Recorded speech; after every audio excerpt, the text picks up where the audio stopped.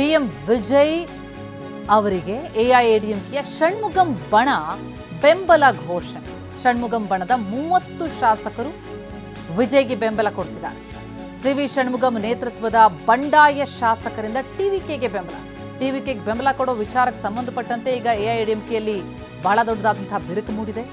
ಜನಾದೇಶ ವಿಜಯ್ ಪರವಾಗಿದೆ, ನಾವು ಅದನ್ನು ಗೌರವಿಸ್ತೇವೆ ಅಂತ ಎಐಎಡಿಎಂಕೆ ಶಾಸಕಾಂಗ ಪಕ್ಷದಿಂದ ವಿಜಯ್ ಸರ್ಕಾರಕ್ಕೆ ಸಂಪೂರ್ಣ ಬೆಂಬಲ ಅಂತಿದ್ದಾರೆ Shanmugam.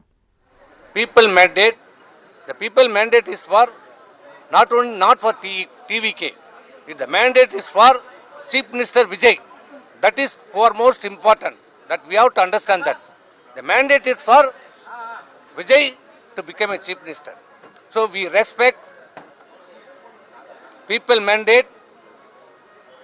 So to respect the people mandate, we wholeheartedly congratulate.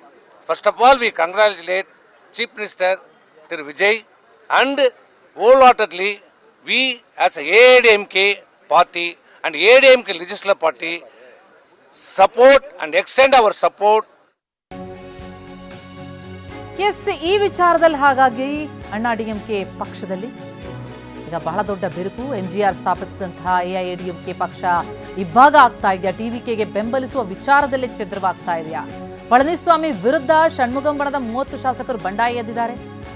EPS ಪರ 17 ಶಾಸಕರು, ಷಣ್ಮುಗಂ ಪರ 30 ಶಾಸಕರು. ಸದನದ ನಾಯಕನಾಗೋದಕ್ಕೆ ಪಳನಿಸ್ವಾಮಿ ಏನಿಚ್ಛೆ ಪಟ್ಟಿದ್ರು ಹಿನ್ನಡೆಯಾಗ್ತಾ ಇದೆ.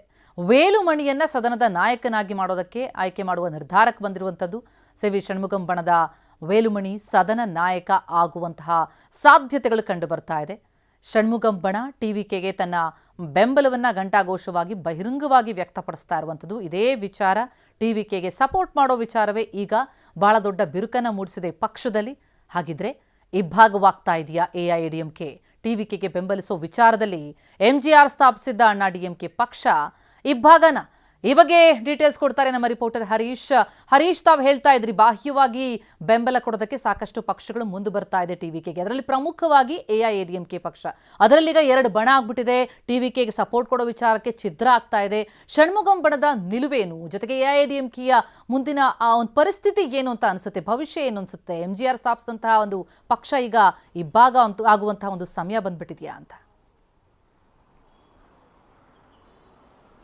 ಹೌದು ಪ್ರತಿಮಾ, ಈ ಬಾರಿಯ ತಮಿಳುನಾಡಿನ ಚುನಾವಣೆ ಫಲಿತಾಂಶ ಬಂದ ಬಳಿಕ ಎಐಎಡಿಎಂಕೆಯಲ್ಲಿ ಕ್ರೈಸಿಸ್ ಶುರುವಾಗಿರುವಂತಹದ್ದು. ಅದರಲ್ಲೇ ಬಣಗಳು ಹುಟ್ಕೊಂಡಿವೆ. ಬಹುಮುಖ್ಯವಾಗಿ 47 ಶಾಸಕರು ಈಗ ಎಐಎಡಿಎಂಕೆಯಲ್ಲಿದ್ದಾರೆ. 47 ಶಾಸಕರಲ್ಲಿ 30 ಶಾಸಕರ ಒಂದು ಬಣ ಆಗಿದೆ, ಇನ್ನು 17 ಶಾಸಕರ ಒಂದು ಬಣ ಆಗಿದೆ.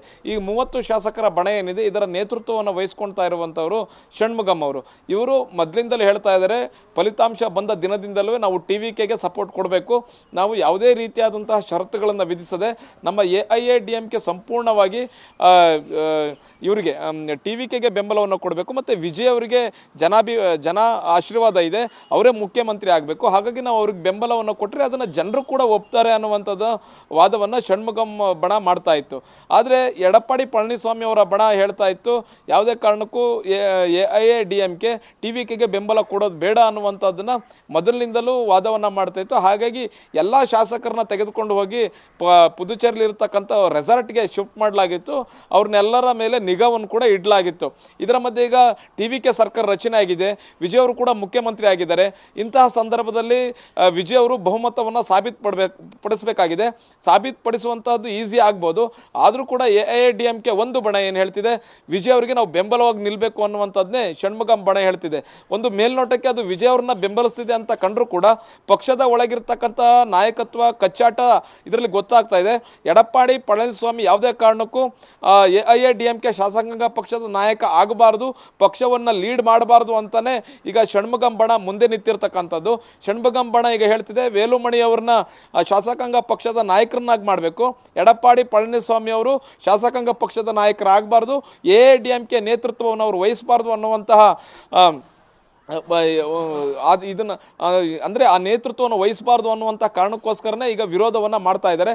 ಬಹುಮುಖ್ಯವಾಗಿ ಎಡಪ್ಪಾಡಿ ಪಳನಿಸ್ವಾಮಿ ಯಾವುದೇ ಕಾರಣಕ್ಕೂ AIADMK ನೇತೃತ್ವವನ್ನು ವಹಿಸಬಾರ್ದು ಅನ್ನುವಂತಹ ವಿಚಾರಕ್ಕಾಗಿ ಈಗ ಬಣಗಳು ಸೃಷ್ಟಿಯಾಗಿರುವಂತಹದ್ದು. ಹೀಗಾಗಿ ಷಣ್ಮುಗಂ ಬಣ ಹೇಳ್ತಿದೆ, ನಾವು ನೇರವಾಗಿ TVKಯನ್ನ ಬೆಂಬಲಿಸಬೇಕು, ಬಾಹ್ಯವಾಗಿ ಬೆಂಬಲಿಸಬೇಕು, TVK ಸರ್ಕಾರಕ್ಕೆ ಯಾವುದೇ ರೀತಿಯಾದಂತಹ ಸಮಸ್ಯೆ ಬರಬಾರದು, ಹಾಗಾಗಿ ನಾವು ಬೆಂಬಲಿಸಬೇಕು ಅನ್ನುವಂಥದ್ದನ್ನ ಈಗ ಹೇಳ್ತಿರುವಂಥದ್ದು. ಸ್ಪಷ್ಟವಾಗಿ AIADMKಯಲ್ಲಿ ಎರಡು ಬಣಗಳಾಗಿದೆ. ನಿಜ ಹರೀಶ್, ಈ ಬಗ್ಗೆ ಡೀಟೇಲ್ಸ್ ಪಡಿತೀನಿ. ಪರೋಕ್ಷವಾಗಿ ಷಣ್ಮುಗಂ ವಾಗ್ದಾಳಿ ನಡೆಸಿದ್ದಾರೆ ಪಳನಿಸ್ವಾಮಿ ವಿರುದ್ಧ.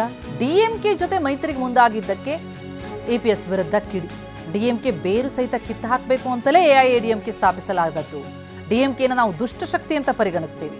DMK ಬೆಂಬಲದೊಂದಿಗೆ ಸರ್ಕಾರ ರಚನೆಯ ಪ್ರಸ್ತಾಪ ಇಡಲಾಯಿತು. ಇದು ಅಣ್ಣಾ DMK ಪಕ್ಷದ ಸ್ಥಾಪನಾ ತತ್ವಕ್ಕೆ ವಿರುದ್ಧವಾದದ್ದು, ಅದನ್ನ ವಿರೋಧಿಸ್ತೀವಿ ಅಂತ ಷಣ್ಮುಗಂ ಹೇಳಿಕೆ ಕೊಟ್ಟಿದ್ದಾರೆ. ಪರೋಕ್ಷವಾಗಿ ವಾಗ್ದಾಳಿಯನ್ನು ನಡೆಸಿದ್ದಾರೆ ಪಳನಿಸ್ವಾಮಿ ವಿರುದ್ಧ.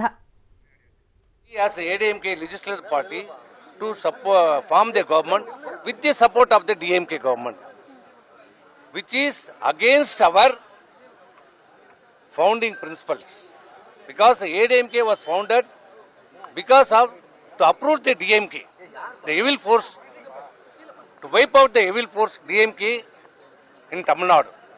That is the only and foremost aim of the AIADMK, which is now founded by our Dr. MGR and which was saved and protected by my Amma. But now some proposal which is against our principle, basic principle of our party, to align with the DMK, we are not, our legislative parties and party men are against to that proposal. We opposed. So, and our legislative party in the meeting, we take a decision. It is against our party interest. If we align with the DMK, AIADMK will be wiped out in future. So we are against. So we are, as a legislature party,